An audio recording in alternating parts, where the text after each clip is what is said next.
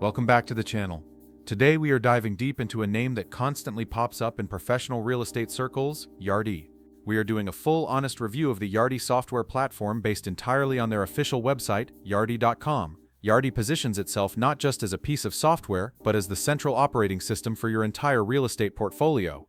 The core value proposition is an AI-enabled platform that delivers seamless collaboration and smarter decision-making. They cater to an incredibly wide range of property types, from standard multifamily commercial spaces to highly specialized sectors like affordable housing, public housing authorities, senior living, and co-working flex spaces.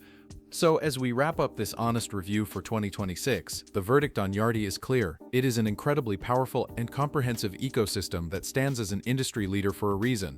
It is absolutely worth it if you are a real estate company managing a diverse and sizable portfolio, and you crave a single integrated solution to streamline everything from accounting to resident services. But if you are a smaller operator or just starting out, this is likely not the right fit, at least not yet.